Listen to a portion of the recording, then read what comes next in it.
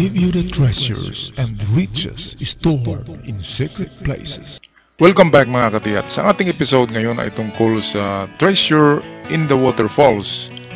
Mayroong katiyats natin na nakakita ng mga signs sa waterfalls at kanila itong hinahanap sa ngayon. Bago tayo magpatuloy sa ating pagtatalakay, shout out muna tayo. Alright, shout out tayo kay Intensity 7521, user WP5, Freddy Soriano, Victor Macabio, shout out din kay Cirilo Jaom, Rogelio Cortez, Hyacinth Ocfimia, Ariel Bertudaso, Stephen Wapo Rodriguez, shout out din kay Kawan Heart TV, Ruli Punciano, Jilly Amor Ganda, kay Aldrin Jacinto, Marco Colada, and lastly shout out kina Elvin Famaran, Edgardo Cuervo, Dexter Tagarao, LGB Misor, Alex Parula, at kay James Vlog. At sa mga hindi nabanggit na pangalan, shout out sa inyong lahat mga katiyats. Tayo na ngayon magpatuloy.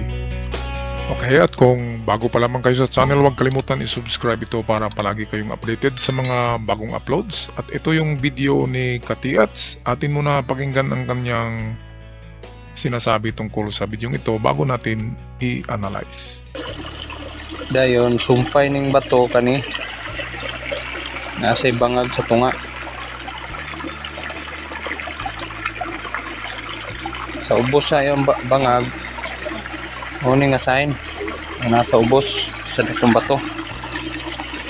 Ini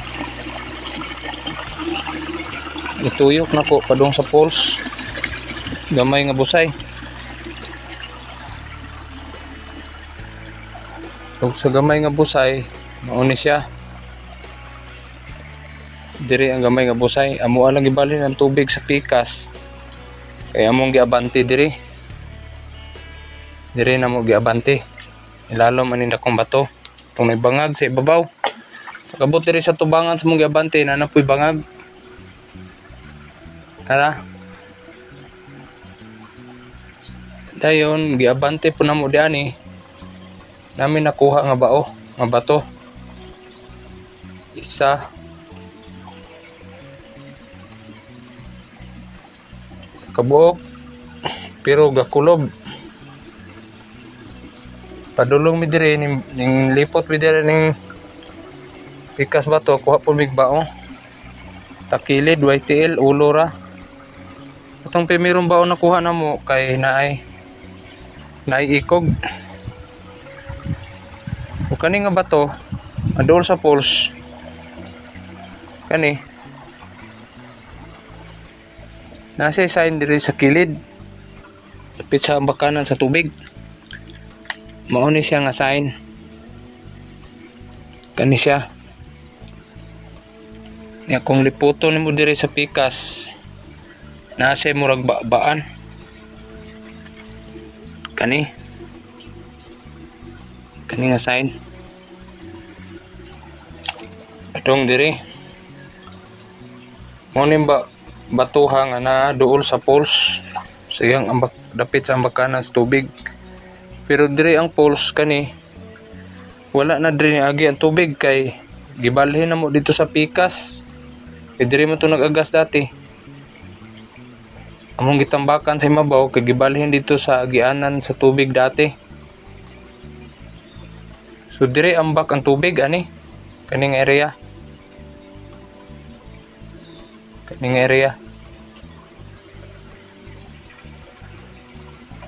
Na among giabante kaning ilalom sa dakong bato. Yan na may tubig. Among gihunungan. Imbali mi dire sa kilid. Dire na mo nakuha ang bao. Nanay ikog niyang dani giparil ni diri bato diri sa kilid, giparil dani nya na may yuta nga gitambak diri na kayo mao ni itaya na kay nga puthaw ani og wildo nga pula ini nga bildo Dihani mi nakakuha atong naibao nga gamay nga ang bao. Gatakilid ang bao. Naa siya mata. Padulong man siya aning bato ha. Kani nga bato, ani padung ani ang iyang mata.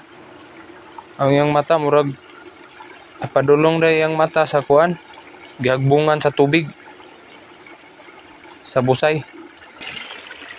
Diri man siya moagi. Tubig. Dinhi siya munaog ang tubig padung dito sa ubos sa busay. Pero diri na mo gibalhin. Kaya aron di na diri moagi ang tubig kay among giabante diha. Sa tungod.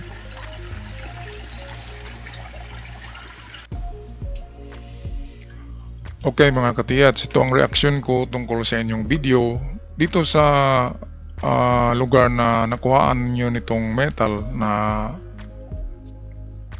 kinakalawang na piece of metal na kinakalawang at piece of broken bottle na kulay brown or red brown or pula. Yan ay talagang old bottle yan. At karamihan ng ganyan na kulay brown ay Japanese sake or Japanese wine. Okay, kaya dito sa itong portion na nakuhaan nyo yan ay ipagpatuloy nyo lang hanggang 3 meters lang ang pagtesdig mga katiyets. So siguro nasa ano na kayo dyan, 2 meters, dagdagan nyo lang ng 1 meter. Okay, para masigurado natin. Kasi hindi lang ito nag-iisa. Kung may biyak dyan, may kasama yan. Okay, so positive sign yan for treasure hunting. Mga ganyan, mga lumang bagay na gamit ng tao. Ngayon, puntahan natin ang isa sa pinakamagandang sign ninyo. Itong sinabi nyong pyramid rock. Kung tingnan nyo, merong litrang T. Nakatiya na ganyan. At dito ay dalawang direksyon ang pwedeng mag-test dig tayo. Una, dito mismo na portion kasi yan ay ang T ay treasure under yan. So ito ang kanyang pointer. So dito na picture ay ito na portion ang tinuturo niya. Kaya test dig kayo dito. Ang pyramid rock, lalo na kapag ganyan, lalo na kapag apat na side na pyramid, kapag ganito na top view, tingnan mo yan sa ibabaw ay ganyan ang hugis niya. So X, ibig sabihin ng X ay treasure in the center, down or below. So down, below. So dito sa baba. So yan ang pangalawang paghanap ng item sa pyramid rock. So una dito sa tinuturo ng T nito at pangalawa ay sa ilalim ng pyramid rock. Okay, at meron din kayong nakitang ito. Ito palagay ko ay man-made kasi meron ngang ito. Ayan, guhit. Nakaganyan siya and then binutasan na parang mata. Ayan. At dito naman ganun din gumanyan siya at nakaganyan. So para sa akin ito'y two-way arrow or divided treasures or baka divided giveaway, pero ito ang bigyan natin ng halaga, itong side dito, kasi nandito yung ito, isa pang dot. So mas mabigat itong kaliwa. So punta tayo sa kaliwa in 3 to 5 meters. So test dig tayo dyan sa 3 and then kung wala, adjust sa 5 meters. Okay, merong nagsabi bakit test dig lang. Test dig talaga ang gawin kasi kung ipagpatuloy mo yan pagukay hanggang 10 metros, mamumulubi ka dyan at mabubutas ang bulsa. Ano bang kahalagahan ng paghukay ng malalim kung wala namang nakitang positive signs? Sa test dig, tulad nung ginawa nyo na may basag na bote at pirasong bakal na ginakalawang, yun ang mga sign. So galing doon ay magpatuloy pa kayo. Pero kapag walang makitang mga ganyan, na mga man-made objects or markers sa ilalim ng lupa, mga bato na may marka, ay dinidiscourage ko na kayo na huwag nyo nang ipagpatuloy. Kasi wala talaga yan. Lalo na kapag wala kayong detector, kahit na meron kayong detector, kasi ang detector ay nag-detect talaga yan ng mga minerals. Kahit na scanners, mag-detect yan ng kung ano-anong mga boxes of treasure na sinasabi. Pero ang lahat ng mga ito ay sa analysis talaga makukuha. Ang mga tools ay makakatulong yan sa pag-confirm, pero in final solution, ang analysis pa rin ng tao, ang atin pa rin analysis ang magbigay sa atin ng daan papunta sa magandang resulta. So ito 3 and 5 meters. Ngayon dito, dahil nakaturo din siya dyan, so pagbigyan na lang natin. Ito'y pangalawang test dig sa bato na ito. Okay, so number 2, number 1 ito.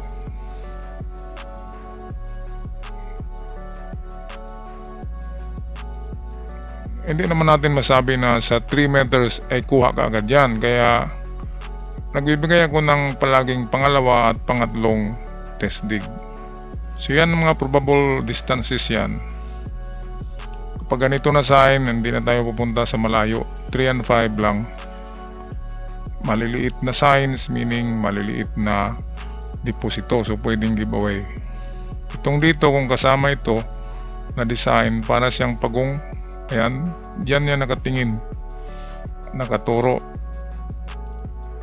At kung ikutin natin tong bato,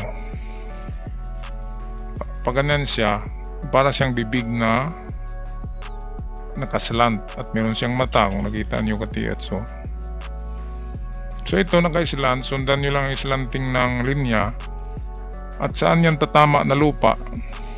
Okay, doon kayo mag test dig pa rin. Kasi kung sabihin natin na hukay na yan hanggang sa katapusan. Hanggang aabot kayo ng 20 meters na walang makukuha. Kaya palagi kong sinasabi, i-test dig nyo muna mga katiyets, at kapag hindi positive sa tingin nyo, huwag nyo nang ipagpatuloy pa. Adjust kayo sa iba na namang markers or adjust kayo ng distansya. So mata ito, nakatingin din dyan. So maganda rin ito. So sa parehong bato, meron tayong 3 direksyon na tinuturo ng mga signs. So pwede ngang separated treasures ito. Okay, so dito yung test dig nyo. At huwag nyo na ipagpatuloy kung walang makitang positive signs. Huwag nyo nang paabutin pa ng 10 metro. Okay, mapapagod lang kayo. Ang test dig kaya nga testing yan. Katulad din yan ng nagpapaning ng gold.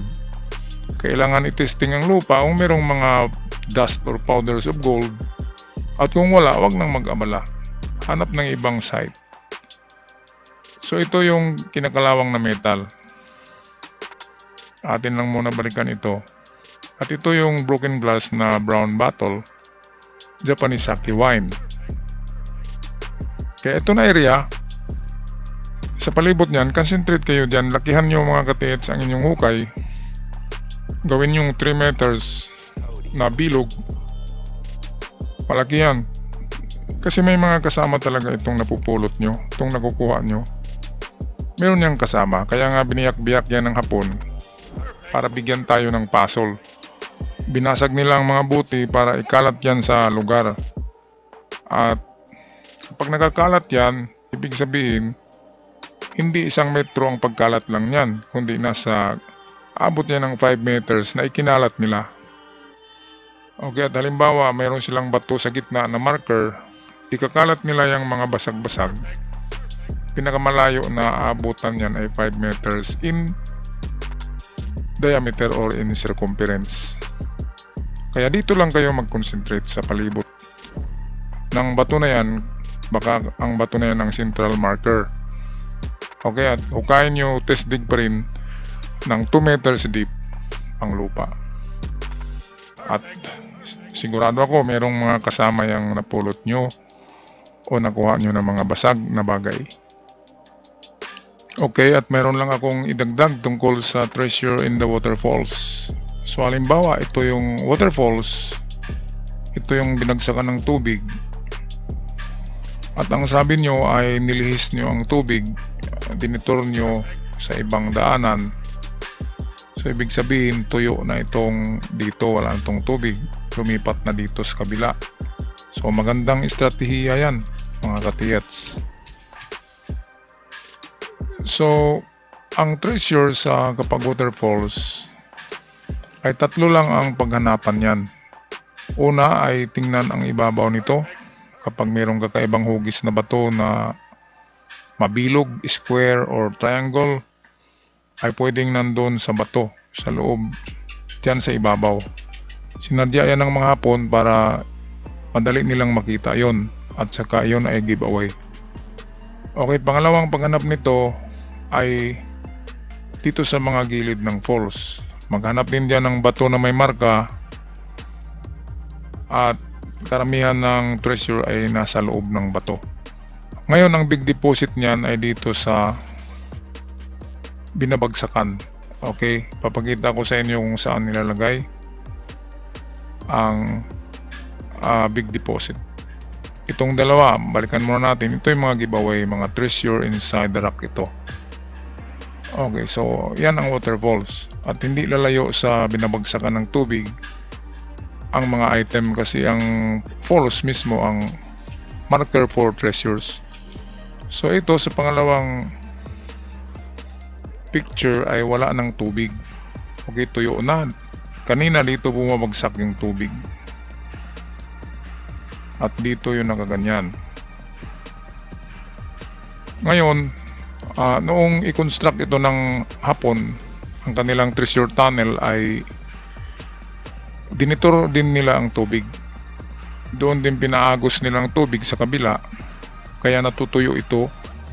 At yan ang time na gumawa sila nitong tunnel ito. Malalim yan. Kung i-scale natin yan, yan ay nasa 20 meters, 10 degrees, 20 meters pababa. And then sa di kalayuan ay narito ang treasure vault. Ito'y parang kwarto na laki na chamber na nandiyan nakalagay ang treasure. Ay, itong mga sanga-sanga dito ay meron din sila nilalagay diyan sa mga dulo, pero maliliit lang. Okay, panigurado lang yan na itong meron talaga silang makuha sa pagbalik nila. Okay, kaya itong dito na big deposit, mahirap ito kunin. Ito yung kung napanood nyo yung History Channel na World War II Lost Gold, ganito yung kanilang tinitreasure hunt na waterfalls. At kahit mga Amerikano mayaman, merong pang finance, merong gamit, ay hindi nila ito napasok kasi nilalagyan ng malalaking bato.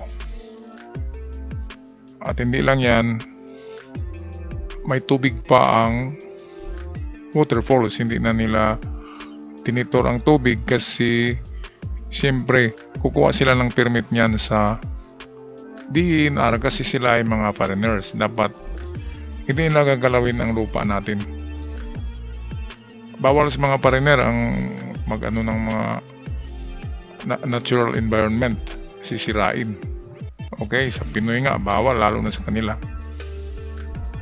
Kaya doon sa kanilang episode na yun ay failed ang paghanap ng treasure sa waterfalls, pero na-detect nila na narito. Dito talaga na portion.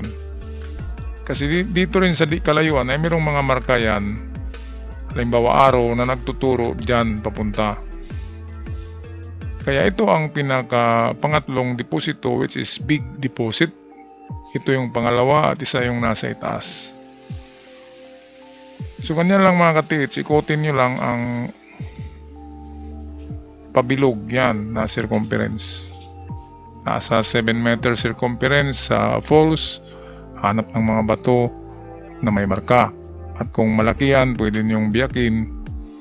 Pwede nyong i-detect muna kung tutunog at saka nyo biyakin.